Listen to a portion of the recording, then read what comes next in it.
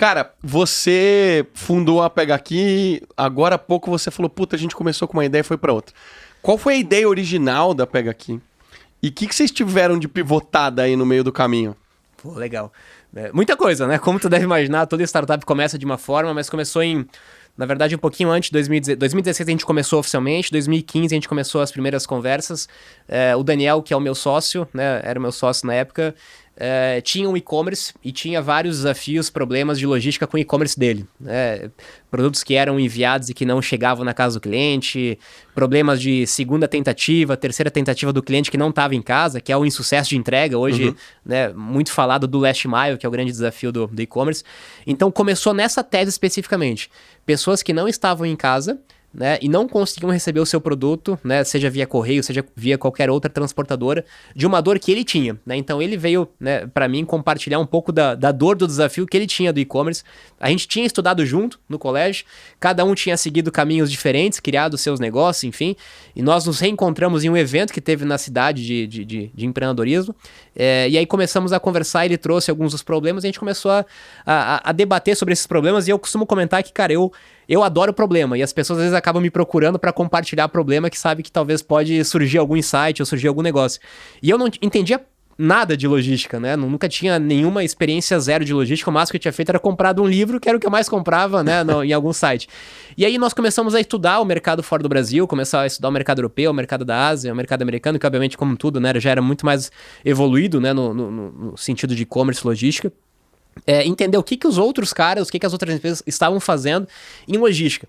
E quando a gente fala de logística, falar de logística hoje, né, pô, é muito mais fácil, mas falar de logística lá em 2015, 2016, cara, logística não era cool, não tava, né, no auge, né, como a gente tá vendo hoje de investimentos, de aquisições, enfim, era algo muito tradicional ainda, e a gente começou a olhar fora do Brasil, o que já tinha sido feito, o que estava sendo feito, e encontramos um modelo, né, acho que tá caindo, encontramos um modelo na França especificamente, que tinha sido criado para resolver um problema de insucesso de entregas, antes mesmo do e-commerce, quando os caras entregavam revistas, jornais, que basicamente, de forma bem resumida, né, são pontos de retiradas, né, pontos de retirada, pontos de coleta, pick-up points, poodles, tem várias nomenclaturas para isso, que são estabelecimentos comerciais, né, uma lavanderia, uma lojinha de conveniência, uma padaria, uma floricultura, enfim, que tenha lá um espaço ocioso, e em vez de entregar na casa do cliente, ele entregava numa lojinha, porque sabia que o cara poderia retirar em qualquer lugar, né? Então, há mais de 30 anos atrás, na França, na Europa, muita gente que entregava jornal e revista, né, e sabia que o cara não estava em casa, deixava no comércio que ficava do lado dele, né? Obviamente que sem tech, né, totalmente manual, mas deixava ali na banca, né, deixava ali na floricultura, enfim.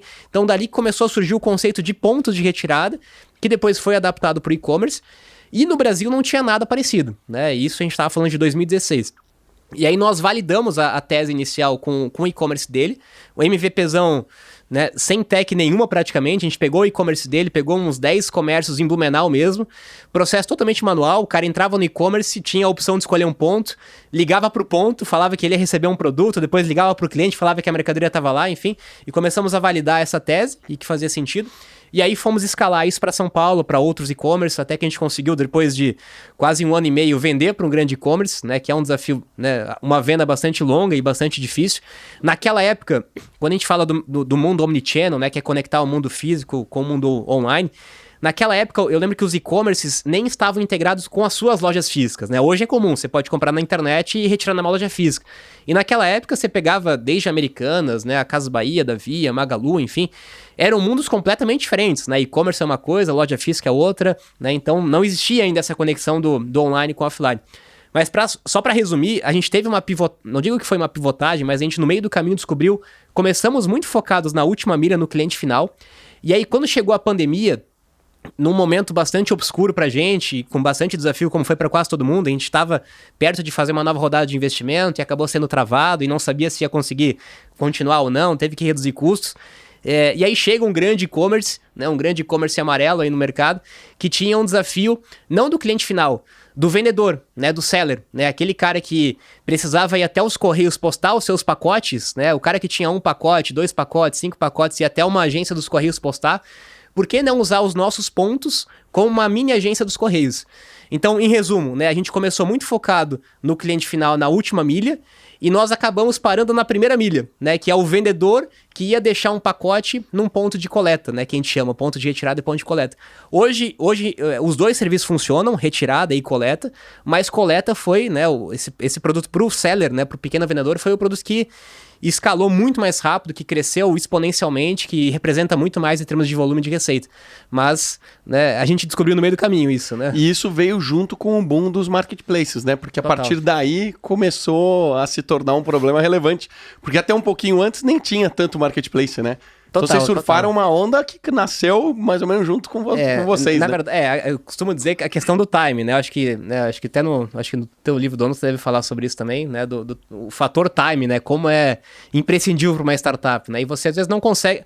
Às vezes é por sorte mesmo, você tá no lugar certo, na hora certa, no momento certo, mas também, né? A gente começou a fazer isso em 2016 para que talvez ali em 2018, 2019, né? Onde o marketplace começou a ganhar cada vez mais relevância, todos os e-commerce investindo muito em marketplace, e a própria pandemia, né, que para nós, né, acabou sendo, né, positiva, entre aspas, no sentido do o mercado de e-commerce explodiu, muita gente que não vendia nos marketplaces começou a vender nos marketplaces, e ali a gente estava literalmente no momento certo, na hora certa, né, a gente estava com uma rede já criada, com uma tecnologia já desenvolvida.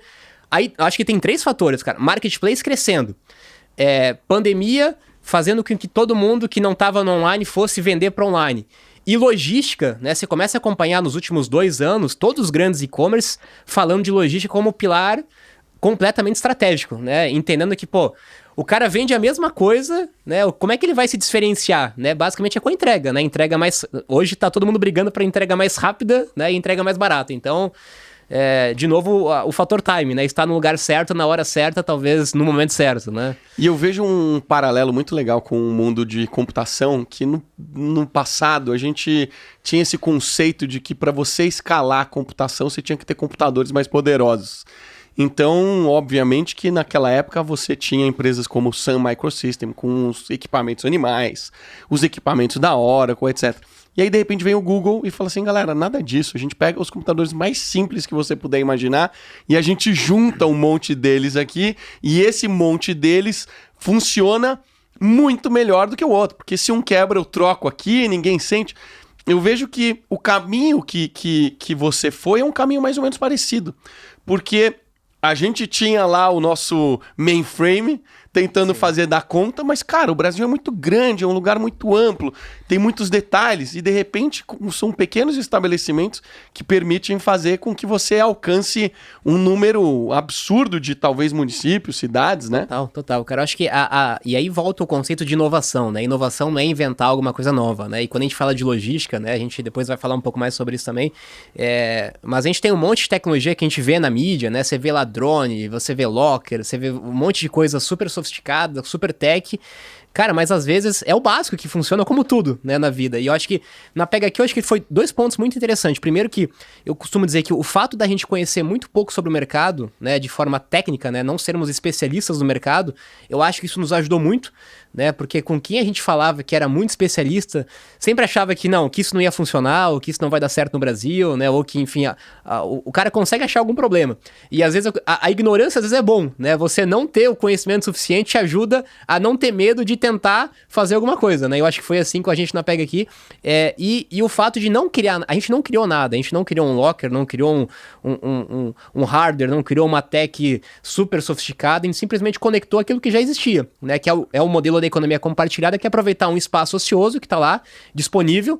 O cara quer monetizar, ele pode gerar renda, ele quer trazer mais fluxo de pessoas, ele quer trazer mais visitantes. E de um outro lado, você tem um e-commerce querendo melhorar a logística dele com um monte de problema num país continental, né, onde as soluções atuais não estavam mais dando contas, né, os correios, né, enfim, ou qualquer outra alternativa. Então, basicamente, né, o que a gente foi conectar 2 coisas que já existiam, né, mas que talvez muita gente não estava vendo, né, que podia ser conectado e que poderia ajudar algum problema de fato, né. Cara, eu acho que foi muito pouco tech, né, a tech ela veio para ajudar o processo depois, mas foi muito mais aproveitar aquilo que já existia no mercado de fato.